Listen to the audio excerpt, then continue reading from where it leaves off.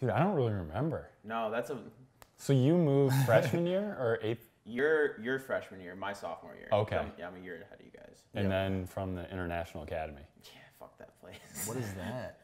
It was so I called, like, we all called it a private school basically, but it like wasn't a private school. It's all these like different schools from Oakland County, like Bloomfield Hills, Troy, all these schools. They like, if you thought you wanted like a more challenging academic environment, you could go to this place called International Academy. You had to pass like a math test or like this like basic test to get into it, and then I remember going to the orientations, and like this is how crazy the place was. The kids' backup schools there was like U of M. People, they're like, like, yeah, what other kids think of like OCC? That's what we look at, like MSU and like CMU. Just like, what's he trying to say? It was, and then if you had a test average below 60%, you failed out of the school or had to go to summer school. Below 60%, even if like your normal class average was above 70. Were the kids pretty cool that you're with? No. How quickly did you realize that you're like, wow, I don't want to be here? The first half of the year. Some of the kids were cool. I don't keep in contact with them. That's funny. I don't know. Some of them were just like, there were cool kids, like kids that were like normal by like our standards, but like, I don't know, kids were just douchebags to me. I wasn't the most likable person in high school too, which is like, I understand that, but it is what it is. Sometimes you have to look at yourself and be honest and be like, hey, was I really someone that people wanted to be friends with? And sometimes the answer isn't yes. I don't think I'll ever send my kids to private school. Fuck that. I just don't think I'll do that.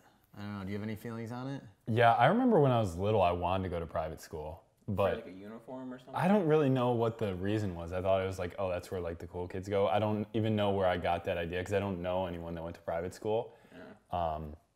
But yeah, there's no chance I'm sending my kid to a private school. I don't. It's just so. like I'm not paying for my kid to go to high school. That and just the people that I know that went to private schools. I mean, there are some cool people, but the vast majority of people, they're just like. They're kind of elitist people. Yep.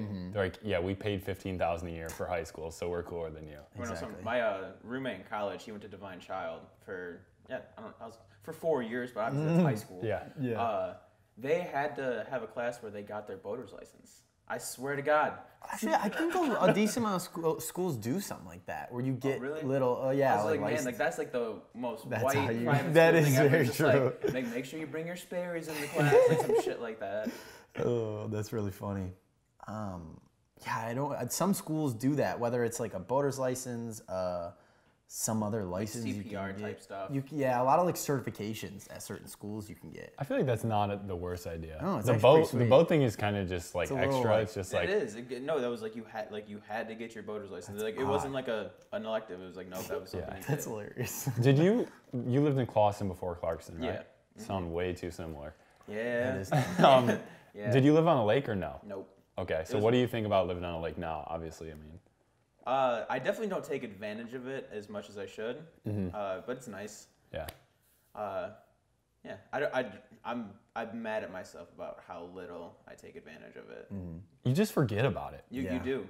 I had a friend over and we were down at the lake and she was like, you realize like not a lot of people have this. And I mean, I've lived here my entire life, so it's like, Sure. Oh, this is what you've woken up to every day. Yeah. So you kind of get jaded to it. I remember like the first week I lived here, I was just like, fuck yeah, like boat, dude, let's go swimming. And then I'm 2 years in, I was like, you want to go kayaking? I was just like, I don't know if I want to today. It's such a long walk down to the lake. We both have hills too. Like that plays into it. It's just like, man, I gotta walk up that hill. It's like, I was talking to Josh before you got here about like driving to school my sophomore year, I think it would have been before I got my license. Yeah. And I was telling him how you always used to listen to 97 The Ticket. Did I make you listen? I mean, I was in the car. I didn't mind it, but I was just like, that was one of the first things I thought of was 97 The Ticket. That's funny. How long was that ride to school from here?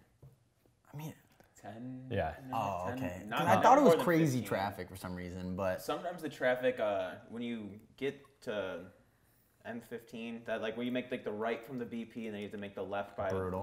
Dude, that would get bad sometimes. Yeah. But that was the only bad. Okay, okay, that's fair. Yeah, freaking high school. I'm graduating college. It's nuts. I know. Fuck high school. Seriously. But I just want to, I mean, you were bringing it up a little bit. Are you pretty excited to move in at Michigan State? You said you went to school at Michigan State too? No, I went to Saginaw Valley. You went to Saginaw Valley. Yeah. Yeah, so is this going to be your first, I guess, like actual apartment outside of college in a sense? It's actually, I lived in an apartment all through college, and this is going to be my first house. But yeah, it's a house. Yeah, okay. That's what I was kind of wondering. It's going to be my first, outside of college and everything. Yeah, this is my first, like, living experience. Like, now you're a grown-up. Yeah, paying rent and shit like that. Seriously. Yeah, real adult life. Why did you play golf at Saginaw Valley? Mm-hmm. Okay. Nice. Only for a year. Yeah. Did you play a lot this summer? Yeah. I've started to take back, like, I've really taken back. Comedy, like, really took over this summer. I've tried to do it like 4 to 5 times like a week, and there's just, I don't know, sometimes it just takes me out during the day of like golfing all day. Sure. It's just like, I'm just tired. I don't like want to go out at night to do a mic or anything like that. So I've just really taken back. So recently I was scrolling through Twitter and I saw you had a tweet like, this is my 1-year anniversary of being on stage. It might have been an old tweet. So I think it's been 2 years now, right? Yeah, it's been over 2 years. So when did you first go on stage and where was it? The first time on stage was June 27th at Mark Ridley's Comedy Castle. Like, tell me about that. Were you nervous? Very nervous, but I was more ready for it because I took a stand-up class. I forgot about that. Yeah. You told me. So it was 6 weeks every just like the Saturday. So it wasn't like 6 week like every day. It was just like 6 classes. Yeah. Every Saturday we went to Mark Ridley's, and then it was basically like fun. Now that I've been doing comedy, it's like I would consider it a glorified open mic of what I was doing. Sure. Because it was every Saturday we brought like the material we were like working on and stuff like that, and then we would just go on stage with it and work it out. And the teacher, his name's Bill Bouchard. I consider him like honestly a mentor of mine. That's cool. He would stand by the side and listen to it, give us tips on stage presence and how you should like always move the mic stand if you're gonna like from the very beginning, like just like the basic stuff that you notice in open micers like their first times. Like these certain things I was more confident going into it my first time, but nervousness. Whew. I know. I can't even imagine. No. It's still crazy. It's still crazy. Even like might do an open mic tonight where it's kind of like more of a hangout than an open mic. Sure. It's like it's usually mostly comics that are just sitting there, and even like it doesn't mean anything of like how good or bad I do, but it's just like, man, are they gonna laugh? Like, yeah. Do you knowing that you've done it for a while now? Do you notice after maybe 10 minutes in your set? Just all that relief starts to fade? How does that process work? Is it kind of nerve-wracking? Maybe you start to forget what you're saying? Anything like that you've begun to kind of edge out?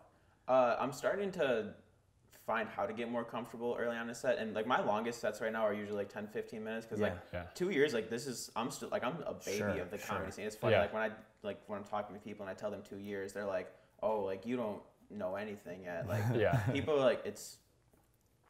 Wait, where's that going? Fuck. Like the beginning, like 2 years is not a lot. Yeah, it takes time, but all the things I'm learning now.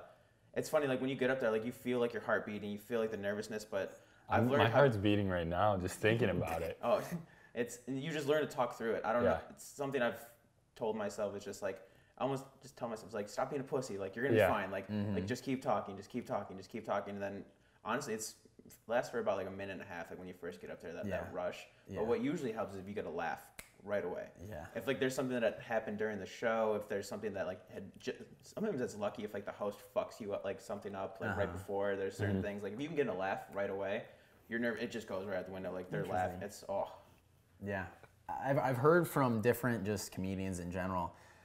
So many people say that normal jobs, whatever it is, no one knows what it's like to be a comedian, to get that feeling of laughs.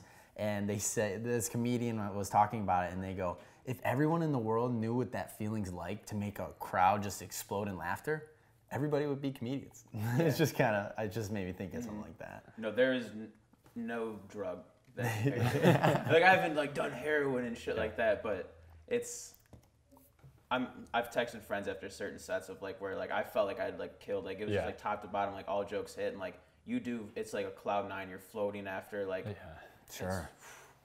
I'm getting goosebumps thinking about it right now. Like it's the coolest feeling. Yeah. So obviously I kind of forgot about the whole class thing, but prior to that, like was this a thing when you were like 10 years old? Like, oh, I'd love to go on stage one day. Were you like 15 I or did want someone? To be an actor or something. Like acting was like I still love acting. It's still something I want to do. But like so a lot of that like was always in my head. I was like, I want to be in movies. But I always loved stand-up too. Like I'd always loved stand-up. There's a picture of me. You guys know Artie Lang? Yep. He's a very like dirty comic. He's like big into drugs. He was unfortunately too into drugs. Yeah. But he came out with a book like forever ago, and there's a picture of me 13 that is sitting by a pool reading a book by Artie Lang about his like stand-up journey and stuff like that. So sure. It was like I was pretty fucked from the beginning of like like I remember watching like another moment. I was like 12 or 13 and Dane Cook's Vicious Circle was like huge at the time. Totally. It was like on HBO one night and like my mom was like, "Look, you can't watch it." And then when I was sitting upstairs in my room, and my dad like came upstairs and like opened the doors, was like, "Hey, Dane Cook's special's on. You want to come watch it?" And I remember how excited I got. And just like nothing, like comedy was always like super exciting to me. It was like always something I was very interested in. I was Mitch Hedberg. Like I would always YouTube his shit from so early on. Sure. So it was always like an interest, but it was never something I thought. Like I didn't know how you would even go to become a comedian. Like so, never. I feel like you had to be like asked or something. Like, so I didn't think it was like an option. That's what I was wondering. Is because it's kind of a weird thing to be like, I think I am the funny one to be a comedian. Like exactly. You almost think it's like Joe Rogan even talked about. I think it might have been some older guy that he worked with that was like, dude, you're funny. Like you could be a comedian. And I feel like a lot of people are looking for that, like almost like green light. Yeah, and people don't even necessarily realize, like, whoa, I didn't even, it's like, I guess I could do something like that. It's just a weird thought. I don't even know what the thought was for me that like, I could. I remember I thought of like like a joke, like one of my first jokes I ever wrote. It like made me laugh in my head. And I was just like, I was like, it was just maybe, like just a maybe. I was like, and then it worked. Yeah, that's really cool. Yeah, so when you were doing that first set, when you did your class for it, one question with it, did you end up just finding something like that? Did you come across like a flyer, or was that something through Saginaw Valley, or like I'm just curious. How, like, are you asking how I found out about the class? Correct. Yeah, I found out like on my own. I was looking for it. My roommate at the time, he used to do stand-up, doesn't really do it as much anymore. He still helps me write a lot. He had mentioned something about wanting to do improv or like Second City type stuff, and then like I mentioned stand-up or like anything like that. Yeah. And then I was just like, are there any classes, like stuff like how do like we even get into this? And then I just Googled stand-up class. And then it was like the first thing popped up was Mark Ridley's Comedy Castle, like stand-up 101. I remember we couldn't do the first one when we were talking about it in school because like we just couldn't leave campus once a week on Saturday, drive like an hour and a half or something. So we waited for the next one when it came in May or like late April, early May.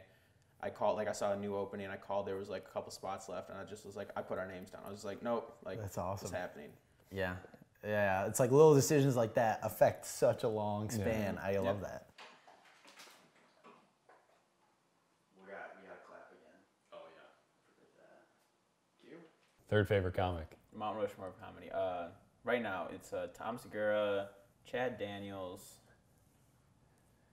I'm like Tommy Johnigan is amazing. Like, and there's this guy that just Andrew Scholes. Have to put Andrew Scholes up there right now. He's really funny. Because he's just reinventing like how he's putting out comedy too, and it's something that's like been inspiring. Is he a ginger? No. I'm thinking Andrew Santino. Yeah, that's what I'm thinking of. Good. So he's doing. Andrew Scholes is doing like a bunch of stuff on YouTube, right? Yeah, pretty much YouTube. He's like just taking over with YouTube and Instagram. Yeah. Doesn't like he's kind of said fuck specials, Yeah. which is like should be the mantra going on now in comedy, just because attention spans have changed. Yeah. Like just in society, no one's gonna sit down and watch an hour and out like shit all the time. Yeah. It's like the average watch of a special, like even full, like the good ones, it's like people will watch for like 33 minutes. But Andrew Scholes noticed that when people come on his YouTube channel, even though the videos are 7-10 minutes, they'll stay on there for 2 hours. Wow. Yeah. So it's because it's just like it's changing. Yeah. That's really cool. I'm sure that's inspiring for you as well, just kind of looking at like business models. Yeah, exactly. And I mean, business models might be the wrong way to put it, but yeah. Model. It's exactly what it is. They say a lot of people are actually starting to listen to specials on their phones. Like they were looking at the stats on Netflix on their specials, and no one's watching really on TV. They're watching them on No, I'm their just phone. laughing because like all of the things we're talking about were the last Joe Rogan. Were they? Like they talked about the specials and then what was the other thing you were just talking about? I don't know. It doesn't matter, but I was just thinking like, oh yeah, well if anyone listens. We're going to see Joe Rogan. At the Fox. I got a loan to go see that. Yeah, dude, I know. It's like, It's worth it. Is it? I got to see Segura at the Fox. That was like a month ago. It wasn't terribly long June-ish? ago. It was okay. June. Like June 1st or something. Yeah, right? no, it was June 1st. Yeah, that's what it was. That's right, yeah. He It was murdered sweet. that place. That's so cool. God. Yeah. I love his style too. Like his comic style is like I love I love watching storytellers. Yeah. I can't do it, but I love watching it. Yeah. He just seems like he has such a not a stage presence, but he's just so calm, or like he's not rushing anything, and that's I think why part of the reason why he's so good at it. You learn a lot watching him, honestly. Yeah. Yeah, so do you feel like you kind of watch specials now, like kind of studying and like taking notes, or not really, or? Yeah, I don't get mad with specials, but like I do know, I'm starting to notice the edits more in specials. Is Sure. like the main thing. It's like, and I don't watch as many anymore, honestly. Something I've noticed. I watch like my favorites when they come out, like my favorite comics, but I don't like watching them because I've noticed certain material that I've written. Like I've had that, I don't know what it's called, but like you see something and subconsciously like, you like write it down and take it yourself. It was literally a Rogan joke I had in like a part of my bit, and then I rewatched a Rogan special, heard it, and I was just like, oh shit. nope, fuck that, cut that shit out as soon as possible. Yeah. Like, I think the first time I heard that was Jim Norton saying that he does not watch any comedy, and yeah, that's really interesting because I always thought like, what if you were a comedian and you think like, oh my gosh, I got this new bit, like this is hilarious, but you actually just heard it from somewhere. Seriously. And you're plagiarizing and don't even know it. in certain comics, like if you're a respectable person and like let's say like if I like had made it and like I did that joke on stage somewhere and like in all honesty, if someone like called out and like I was like, oh, I didn't know that, like if it wasn't in malicious, like comics understand that like there's parallel thought. Happens. Like it was Anthony Jeselnik and Nikki Glazer that had like a word for word joke of like the same exact thing that and it just like they both came out, they're like, no, we're good friends, we had never like it just must have happened. It just happens sometimes. What's your writing process look like?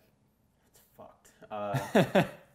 I just recently bought a notebook to actually write down like pen to paper. I'd started off with that, but I was writing in like just normal lined notebooks and just like spiral notebooks, and when I was writing, it felt like school. Like I didn't like. I would like want to like stop it. I was like, man, I don't like this. So I bought a nice notebook with like no lines or anything like that, just blank pages. Nice. And that's helped a lot. A lot of ideas, I'll go from like phone to like then into the notebook and then back to the phone. Well, back to phone or computer.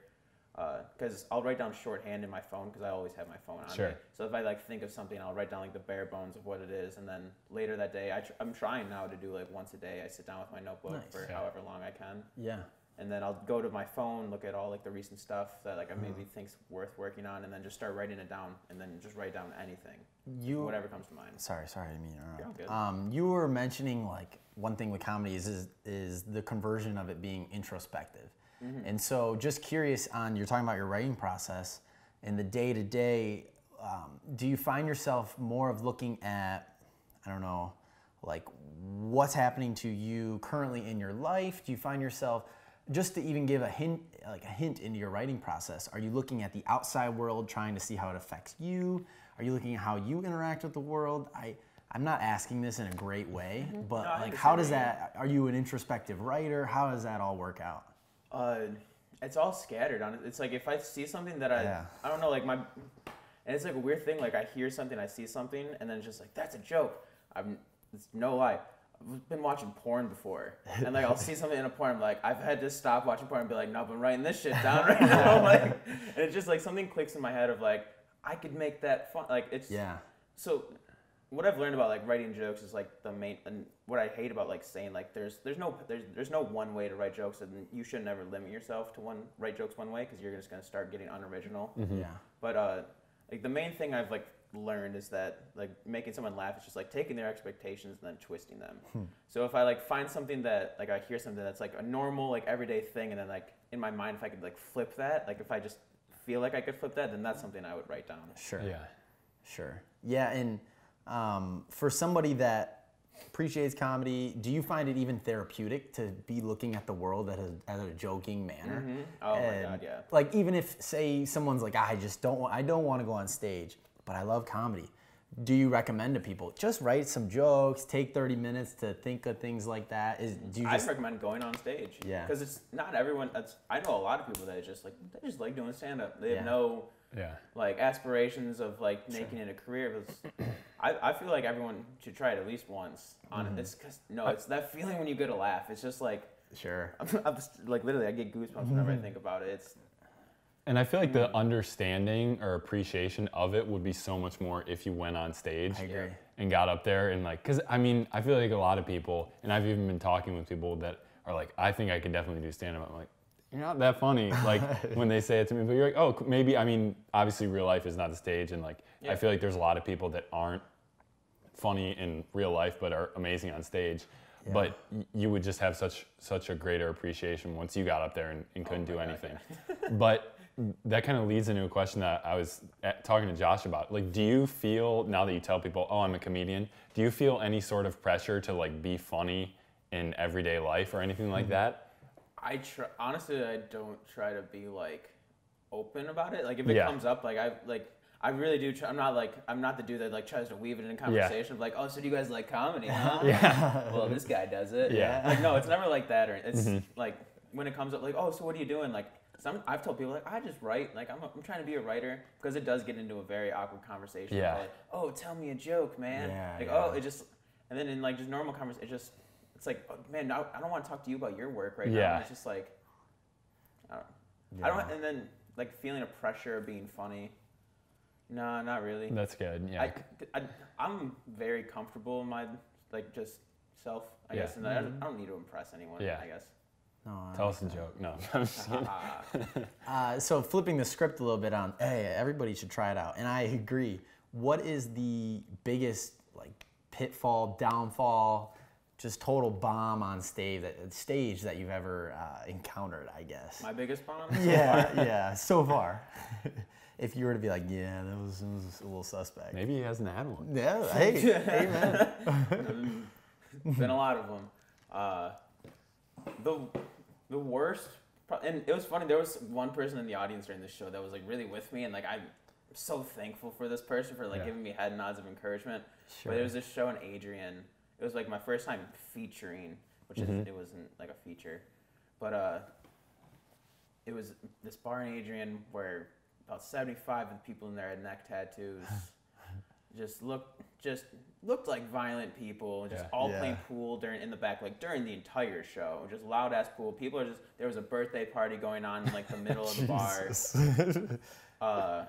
And then just the worst types of people in the audience. This one joke I was doing at the time. It's about it has to do with being gay. Just like certain people, like how as a society we're more accepting of gay people, and like honestly, if you don't like gay people, society's kind of like fuck you. Now we're making that move, and this guy was like, nah, not me, and I was just like, man, I can't go at this right now. I was like, I'm gonna get murdered if I try to talk to this dude.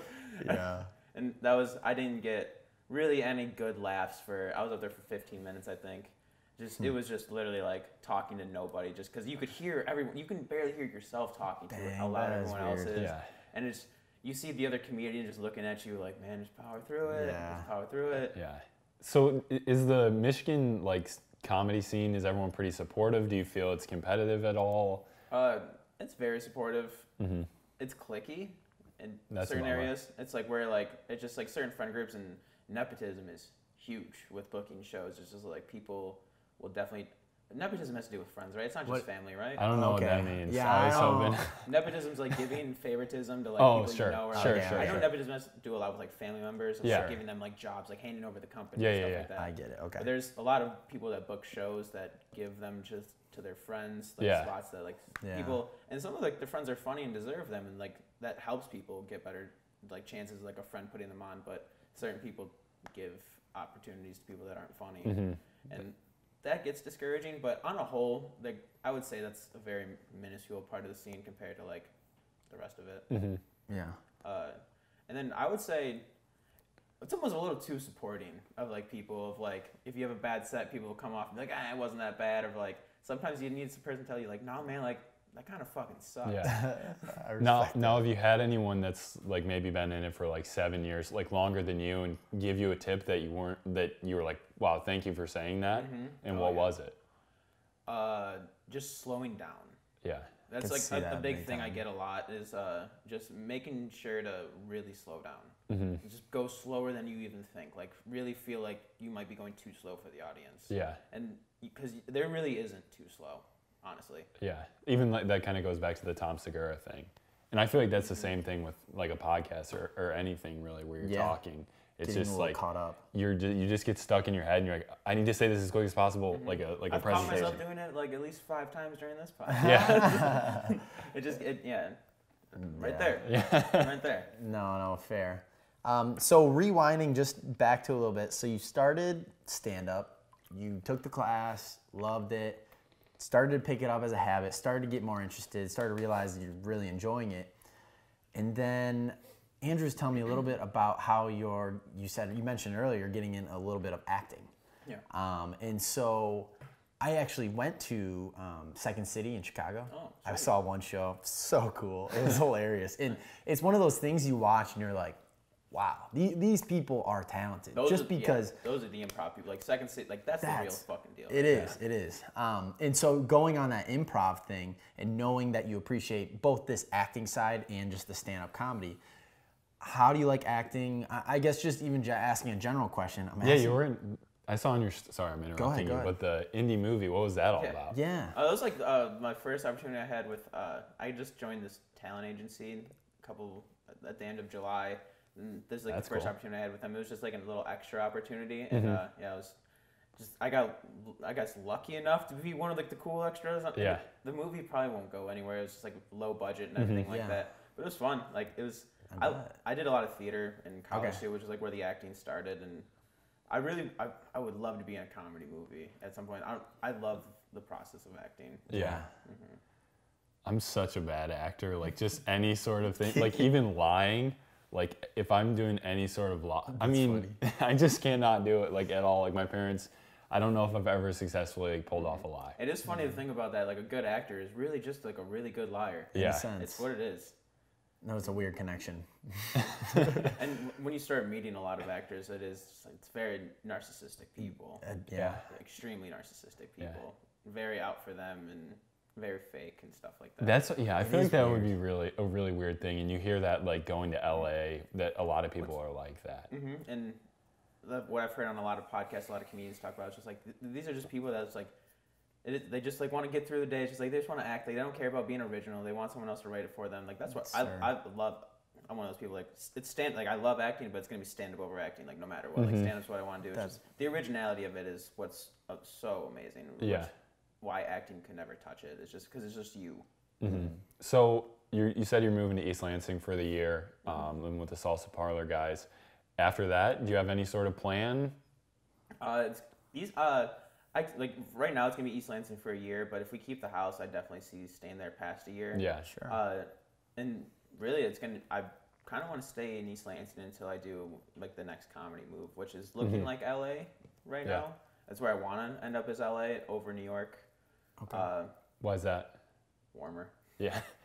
I have family in LA too, which would help a lot. Just getting on my feet, but there's people from the Michigan scene also that are kind of making it in LA right now, and that just like little ins like that we have, and it's just kind of possible. Like I've seen it be possible with Michigan comics in California. It's just like I haven't really seen it in New York, and I just don't want to be poor and cold. It's just like exactly what Andrew Santino says. It's like you could be poor and warm or poor and cold. It's just like, it's fair. Well, that's where I'm going.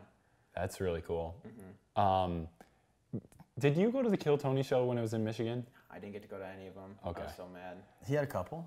Yeah, I went to one of them. There was one in Lansing, and then there was one in Detroit. Yep. Okay. Yeah, it was a cool experience. It was really funny to watch everyone. This one kid got up there in like typical, I don't know if he was Chaldean, but like he just like Jesus piece on his neck, like just your typical like Southeast Michigan type of guy. Yep. And like just overly bro-y, and like immediately the first word he said, you could tell like no one was on his side. Everyone was kind of like, fuck this guy. Anyways, has a horrible minute set. And then obviously they start talking to him. He goes, yeah, like I'm from Detroit. And they're like, oh yeah, where? And he's like, Livonia. And someone stands up and he's like, that's not fucking Detroit, whatever. He's like, yeah, it is. And they keep talking to him. And like the bit that he had was something about selling drugs. And the conversation keeps going on. And he's like, yeah, my dad's a cop. Oh, Jesus. Literally everyone was just shitting on him. So. Oh, that's funny. Who was the guest in Lansing at yours? Because I know they always have a guest. Or was it just? It might have just been them. Like Tony Redban and. Yeah, wait, who? Because in Detroit it was Danny Brown. Yeah. And it's like also known that that's like one of the worst podcasts they've had. Like not like worst, but like Danny Brown was just so fucking high. He wasn't like a help at all. Yeah. Shoot, I don't know if it was anyone. I honestly think it might have just been them. Jeremiah is so fucking funny. That dude's he's gonna get huge.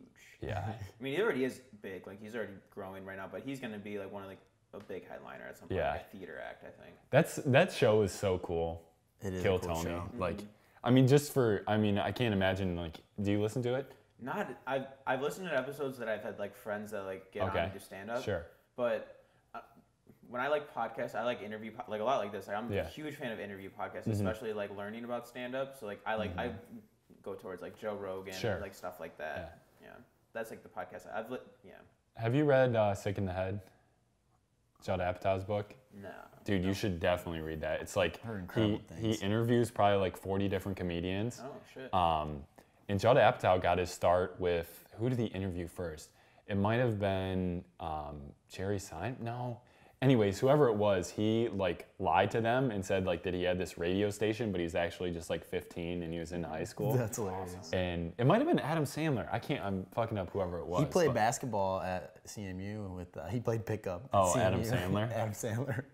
He had a show at the Soaring Eagle. Oh my god. Yeah, everybody's, Dude, that dude was charging like $300 a ticket for his like tour, like to come, like and what he was doing too. Did you guys watch his Netflix special? Mm-mm. It was like a lot of songs and stuff like that. It was pretty cool. But he toured after he released it, so like he was literally gonna do the same thing. Exactly what he just released. He did the exact opposite of what everybody does. Yeah, that's weird. What do you think about songs in comedy? If you, I think of Bo Burnham when I hear that. that is who I think of, and I think if you're not Bo Burnham, you shouldn't really do it. Yeah. But at the same time, there's a girl coming up in the Michigan scene. Her name's Camilla Bellario, and she's amazing. Like she writes her own very original songs and stuff like that. And there's other people that, like, I like it when they're good, which is like you can't really say that. It's like I like them if they're good and talented, because there's people that do it that like bring guitars on stage and stuff like that, and it's just like, man, just like please get the fuck off stage. I feel like when a guitar comic doesn't work, it really doesn't work. Yeah, no. That's funny. And even when it is working, it's like, man, why do you have a crutch up there? Yeah.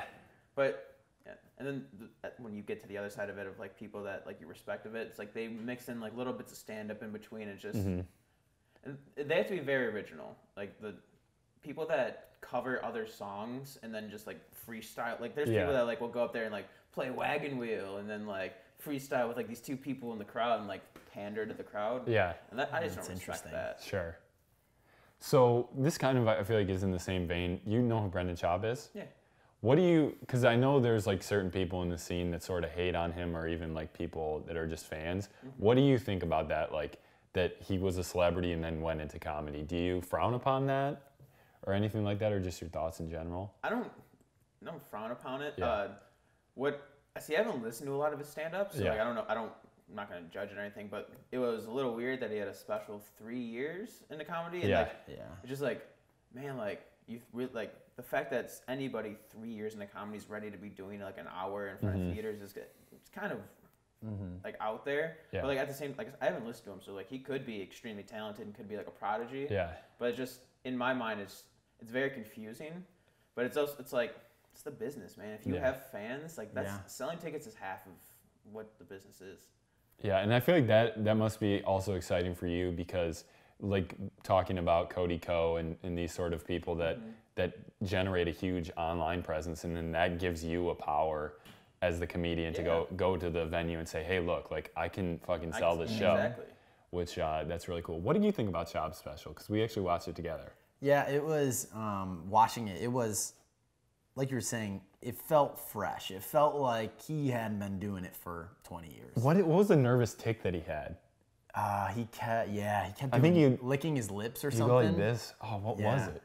But it was just, you're watching even, like, him. the fact that you notice something is kind of weird. It's just like, when you're watching a special, you shouldn't notice anything like that. Exactly. It should just be like a dude that's just talking. But it's hard because you could sell yourself in the sense of a lot of people are going to watch it because he's got so many fans. Yeah, him being like best friends with Rogan has definitely been like a huge thing, and being on his podcast all the time. Brian Callen, but at the same time, it's just like it is who you know. Like that's like it's like you can be mad at it, but you're just mad that it's not happening to you at that point.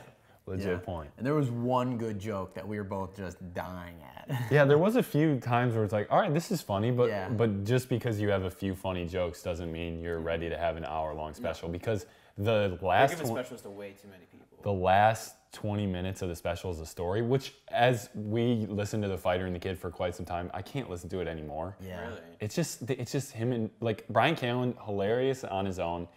Brendan Schaub, pretty funny on his own, has some funny stories. He's a good storyteller, but just that podcast is like the same jokes over and over, and it's like, all right, dude, I listened to a lot of it. And It is something I noticed too listening to podcasts is you listen to like the host, like they just keep bringing back the same joke and stuff. Yeah. It's like, do you not think you have active listeners that are just listening to episode after episode? Yeah. That's one thing that's so impressive about Joe Rogan. I mean, that he's so original in a sense. Yeah, he always has new stuff. Like, he's never really talking about this. Like, there's a couple things he'll like bring up again, but DMT. Yeah, like my dad is always bringing up the same shit over and over again. It's just that whole premise of like all the time he's always talking about new stuff. Like, that's impressive. One thing I've been doing with my dad is he'll tell a story, and obviously I've heard it like 10 times, but I keep interested like it's my first time, and then right when he's about to give the punchline of the story, I say it. That's funny. And just fuck with him. It's definitely rude, but oh well. Say what an asshole. Yeah, seriously. One thing you were mentioning that I'm excited, and I'm curious just because it's more in maybe my realm, your realm a little bit, but you were saying how you want to get into YouTube a little bit. Yes. Is there anything in YouTube that you're intimidated by, whether it's the video creation part, the camera part, anything with like, I'm curious how this will go. I'm curious if I'll get into this or that or Editing.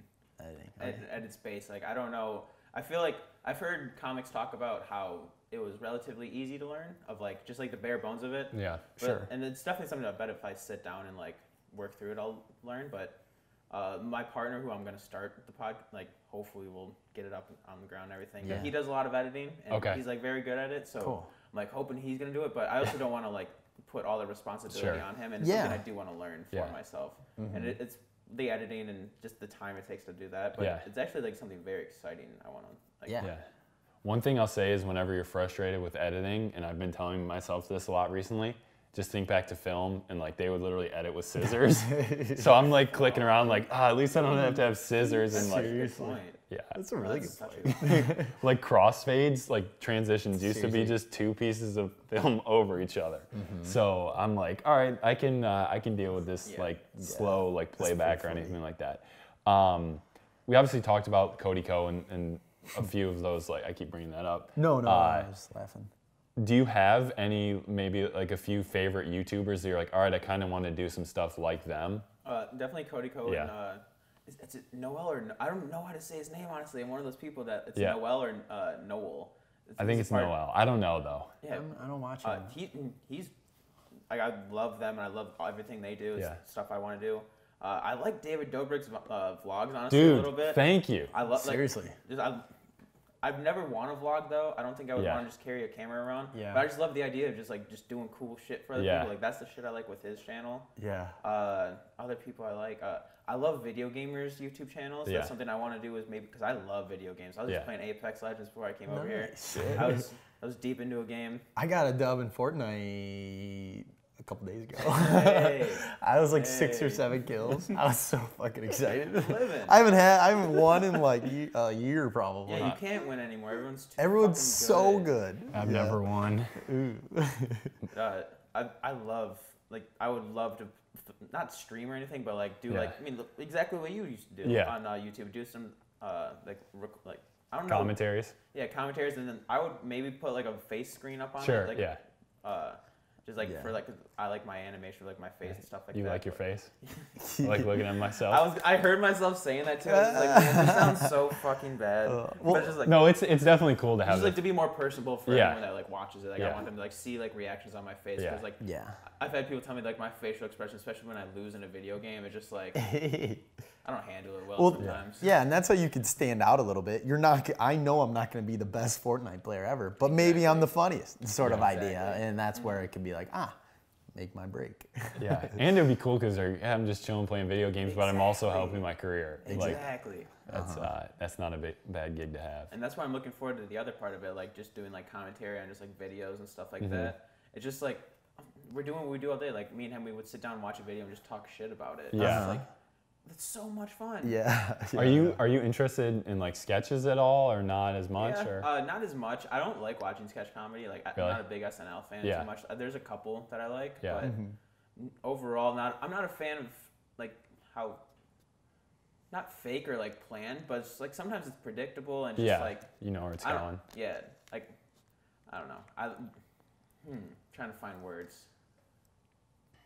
Yeah, just not too much of a. I would do it like to act because I like acting, but it's not something I would sit down and try to write out ever. And that's one of the things that I think is really interesting about David Dobrik is because a lot of those are just like pre-planned, almost like sketches. Yeah. But it's just the form that it comes in, that it looks sort of like a vlog. Like the one where he got his house broken into. Like, dude, that shit is so funny. But it's like, it's made for like 12-year-olds, but I'm like, dude, this is hilarious. Oh, it's really good. Oh, I am too. No, I watch basically all of them. They're hilarious. Did you guys happen to see the new one where they were talking about like bringing a ladder in? yeah. Walking into places? Oh my God. I was telling my coworkers. I want to do it. I want to do that so bad. There's a ladder right there. Yeah. Where are we going? For people that don't know, it's basically, these two guys walk in with a ladder, and it's in the sense of anywhere you go, you look like a worker. As long as you kind of sell it. So they walked into a movie theater and they were just carrying ladders. Guy opened the thing for them. They walk into a museum. They get in for free. Everything like that. The only place they didn't was the nightclub, right? Yeah, that's how it ended.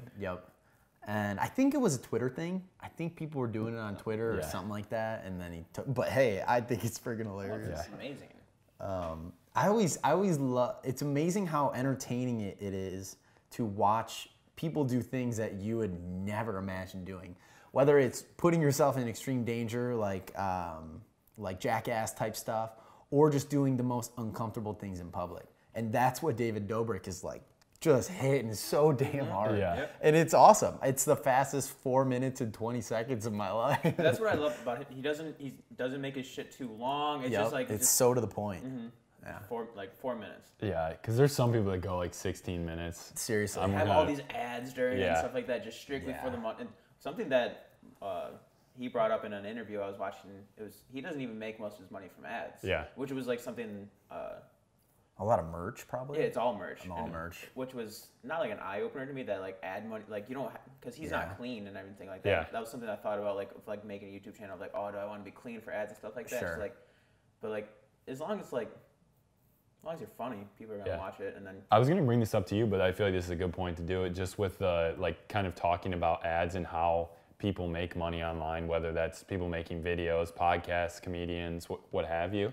And the misconception is that like, oh, all their money is coming from ads. No. Not at all. And these guys on YouTube called Yes Theory, they just make kind of typical vlog. I mean, I'm not crazy about their videos, but they just released a documentary and put it out behind a paywall.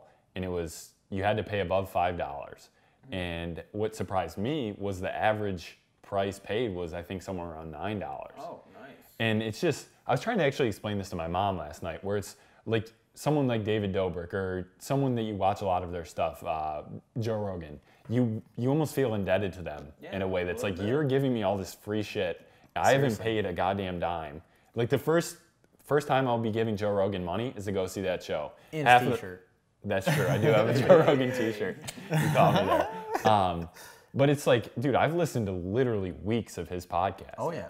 And I think as a consumer, it's also being willing to give more money because, like, obviously on your end, like, as the comedian, you're like, all right, give me money. But then it's like, when you're watching something, it's like, do I really want to do that? And I think slowly but surely, culture will move towards that with, like, something like a Venmo. Yeah. Where it's like, dude, you're putting out cool ass shit. Like, let me shoot you $5. People have a lot of, I see comics releasing podcasts with like Patreons and stuff like that. And then what's fun, what I just noticed when you said they released a documentary and like a minimum donation of $5, but like the common donation was actually a little bit more. Yeah. Something that comedians have noticed with like selling merch at the end of shows is like if they have T-shirts, stickers, what have you, they'll be like, hey, like There's no specific price. Just give what you think, like any donation, Yeah. and then like you can have a sticker.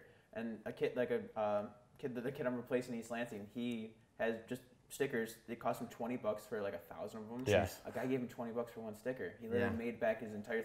One purchase. And it's not.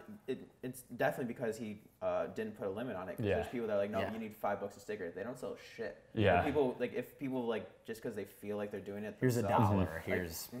Yeah. People I like love, that. Yeah. Dude, that reminded me of the coffee shop.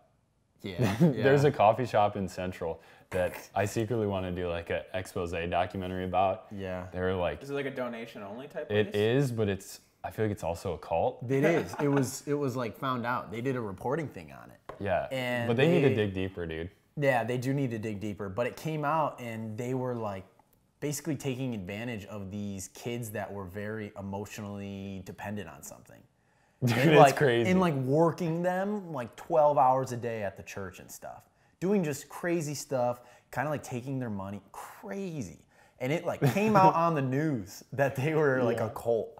But when you buy your coffee, they don't say a price. They say, enjoy your coffee. And I'm like, how much is it? And they're always like, whatever you think, but $2.49. So it's weird. Yeah. There's a suggested price. And it's like, okay. And you just gotta pay with your card, sort of. It's weird. It's odd. If you're gonna do that, just be cash only. Don't like what the. It's odd. It's really weird. Yeah. I feel like it'd be weirder for the person working. Yeah. I mean, it's That weird would for everybody, suck. but as the person, I mean, they're already in fucking cults, so that kind of sucks too. That's the least of their issues. But yeah. How do you guys? This is backtracking just a little bit, but I'm curious. Do you know what David Dobrik does in his shows? Because he does those live shows where I think he does some music aspects. Yeah, I have no idea. And I genuinely don't know, and I've never looked it up or anything. I feel like those are almost glorified meet and greets, and I bet so they'd be too. hesitant to admit that, but They probably it's just say like- some things. it's a picture. that's because none of it. I bet Jason Nash will do some stand-up comedy. Yeah. 'cause he's That's fair. That's exactly what he was a stand-up. So Yep. I bet he'll go out and do some stuff like that. And then Yeah. who's the singer?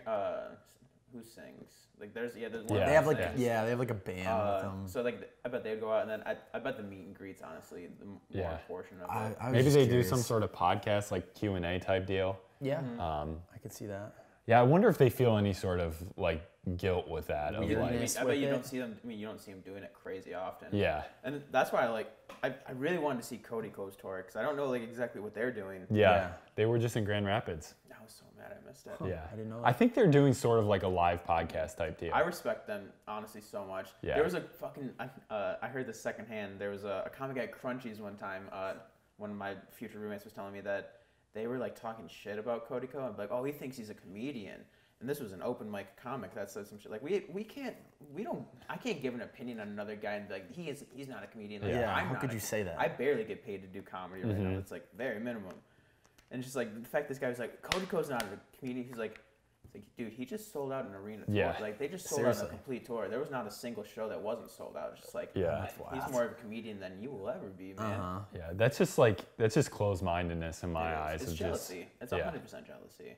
Do you know what alt comedy is? That's pretty much half of the Michigan scene is all comedy. So like I've heard it a million times on Joe's podcast. Like the general consensus is that they're not fans of it. But like, could you describe it? all comedy is just pretty much anything outside of a comedy club in general, and even that's kind of too much of like a jump. It's just independent comedy shows, like it's even hard for me to describe it. It's pretty much anything outside of comedy clubs and just like one-nighters of like very like paid produced shows. Like they're produced and everything, but they're just like one-nighters and stuff like that. Yeah. And that's when it's even weird because certain like alt nights I've been to, they've felt extremely like comedy nights. They're usually in like weird venues. That's where a lot of alt stuff gets. Like I've done comedies in like comic shops, like comic book shops. Yeah. Like so those are considered alt shows. Okay. Just like outside shows and stuff like that. And where it all gets its name is because it was more hipster and stuff at the time. It was like the alternative. Like we're going against like the people that are doing comedy, but honestly. So when comedy was like its mainstream, when alt comedy first started blowing up, was like the very political, the very right, leftist. Yeah. Like most alt comedy is very left. And what's funny now is like the point of being an alt comic was like just going super far left and being like, man, like we want to actually talk about real issues, but like that's so much of what comedy is now. It's like if you want to be an alt comic, sometimes you might need to go Republican. Yeah. At this point, it's just like you need to take like if you're gonna be alt, bro, like funny. you take a opposite standpoint. Like we all agree with you in Yeah. here. Yeah. They're like, That yeah, is Trump hilarious. sucks. It's like, yeah, we all know, man. We know. That's hilarious, actually. Have you like watched any shows with comedians that are just going like full alt-right type stuff? Alt-right? Yeah. Dude, this is That so, like, that could be literally a good angle. you could be it, dude. the second day of like comedy class ever, the second class, we like come back with more material, and this guy ended up dropping out before the end of class, but he was sitting there, he's like, man, like I know we do 7 minutes at the end, but like can I just do like 3? And he was like, no, man, like you gotta do more than that. And he goes, and like, how about like political stuff? And we're like, oh, you probably avoid it. He goes, man, I got 3 pages on Hillary Clinton right here. That's hilarious. Just like this big Italian dude. I'm like, man, I want to hear exactly what he has to think about Hillary Clinton. That's awesome. And it was just awful shit. He went up there for like 30 seconds. It was just, man, she's such a criminal bitch. Just like, oh, Yeah. you watch Fox. Yeah. That's funny. Yeah. Yeah, comedy is a cool thing. Is that something you think you'll try one day? I think it's like Luke was saying. I think everyone should try and get on the stage. It's just mustering up the courage and like. Yeah. Oh yeah. Wait, is this You got in a fight with your dad. Yeah, it's going. So I fucking no. What, jeez? No, I got in a fight with my dad and like we were in an argument, and this was when I was still going to OU, so I was still living at home, and I hated living at home, still do, but I think we were putting the boat in, and like there was just a disagreement about the boat or something. One of the worst parts about our lake, putting the boat in. Yeah, no, dude, 100%. It is so stressful. Such a white person problem. And I remember coming home. Actually, I walked home from my grandpa's house, which is like 3 miles. I walked home barefoot down a dirt road. Would not recommend it. But I came home and I was like, yep, Mom and Dad, I'm booking a flight to Austin and I'm going to be an intern at On It and try stand-up comedy. And my parents were like, what? And I was like, I guess I just listened to a Joe Rogan podcast and was like feeling inspired. Obviously that didn't happen. I woke up and was like, maybe I'll stay here. That's hilarious. But yeah, no, going back to your original question, I think it would be cool to try. What about you? Yeah, I feel similar. It's one of those things that, like you were just saying, why not? Try and just pick a month or say like in this month, I'm going to try and get 5 minutes of material. Yeah. Or something like that and just test something out. Honestly, like there's people that like run open mics that like they know when it's people's first times and stuff like that. Like you can just be like, hey, like I got 3 minutes maybe, or like even that, like you just go up there and like if there's rooms out there, like the room that the house I'm moving into, we run a room on Tuesday. I'm not a part of it. I shouldn't say we. They run a room on Tuesdays at Crunchies. That's a very welcoming room of like all the producers of it. They'll put you up first. They'll let you do like 3 minutes, just like let you get in, get out, and like even if you're not feeling it, just be like, hey man, like that's my time. And honestly, like if you go under time at open mics, that's one of the coolest things you can do, is because it gives more time to other people and lets other people that are like waiting for a drop spot to like get on the show. Yeah. Nice. Good deal. Is there anything else you want to add? I mean, that was cool. I mean, it's pretty cool because you know quite a bit about comedy. And I will say out of that, I would say a lot less. And it was I'm just saying I enjoyed this conversation a lot. Oh, yeah. It was interesting and I'm intrigued. I want to maybe mess around with writing something. We'll see. Yeah, just fucking write. Yeah. Literally, that's just right. Totally. Do you want to, oh Jesus, I just did that. Kick it? Yeah. Do you want to plug anything? Just everything that you have, anything that people can find you at, listen to? People. Instagram, at Luke Nesbitt 76. Twitter's at Luke_Nesbitt 76. Soon coming to YouTube. Our channel's called Damn Dude LOL. I think that's what it's like. like Damn that. Dude. Or I think the LOL might not be in it. I don't know. But that's coming soon. We're gonna take over YouTube. Other than that, I don't think I have any really big shows. October. Let me pull up my thing real quick. Sure. This is a date I need to plug. One of the coolest shows is called the Comedy Rumble. My good friend Brett Hayden started this show. I don't know how long ago, but 30 comics. We all do 90 seconds. The winner takes half the money from the door. There's like the preliminary round. 30 comics go up, and then like the judges pick their favorite 4. Wow. And then the 4 comics. It's like he's a big wrestling fan. The guy that created it. So it was like Comedy Rumble, Royal Rumble. Yeah. And that will be October. I think a day in October. 1 second. No. I'm choking right now. We can fill the time while you're looking. Where'd you say it was at? It's going to be at the Ann Arbor Comedy Showcase. And That's cool. It is October 30th at, I don't know what time right now, but October 30th, I'll be posting about it on Facebook, Luke Nesbitt, on all of my social media platforms. But it's one of the coolest shows in the state, honestly, right now, just because you see 30 comics, and this lineup for the one in October is just fucking stacked with the best. It's the best comics in Michigan that are doing this one. So it's like, if you want to get like a good taste of Michigan, like local Michigan comedy, to come out to that, add me on social media if you want to figure out about local comedy, because I'm always plugging like local shows, because more people do need to support like local live comedy. Yeah. Because there's so much of it out there. It's something that has been a complete like mind shock coming into comedy. Of like mind shock. Is that a word? It is now. Whatever. Take it. It's just been mind blowing. That's the word I was looking for. It's been mind blowing. How much comedy there is in Michigan. Yeah. If you want to, you can get on stage every night of the week. Yeah, that's super cool. It really is. No, it really is. Yeah, well. Really quick, have you ever heard of the Detroit Shipping Co. doing stand-up comedy on Sundays? I do. You do it? I will be there November 3rd. I'm nice. There. I'll be there November 3rd. I've done a lot of guest spots there. I know the producers there. They're usually pretty kind. If I drop in, they'll let me go up. Yeah, I just found out about it recently. It's so much fun. They put on a good show down there. Yeah. Cool. Oh, and then also more stuff to plug. Salsa Parlor. Find them on all social media. It's the house I'm moving to. We're a comedy collective. We run a show the last Friday. This month is Saturday. I don't know when this is coming out, if it's this month. It'll come out Sunday. Yeah. Oh, fuck yeah. So, right after I go to church. Got it. But September 28th, we're running our house show. It's literally out of our house. It's some of the best comics in the state, and then we have a special guest comic closing it out for Denver that's been featured on Comedy Central Roast Battle. Oh, that's cool. Hell yeah. So it's going to be a good ass show. Sweet, dude. Super cool. Well, yeah, I'm so glad we got to do this. We spent a lot of time. We tried. This was all summer. It was just we like, figured it out. I know. And we had a couple dates planned, and Luke's a fucking celebrity. Yeah, tough to get him. We're just busy people, but yeah, just awesome that you're doing this. Let us know like however we can support you. Yeah. I love shit like people need to. Everyone needs to be able to like create something. Have some sort of like creative outlet. Sure. I believe. Sure. Keep doing you, dude. Yeah. Hell yeah. Boom. Good luck. Peace out. Hell yeah.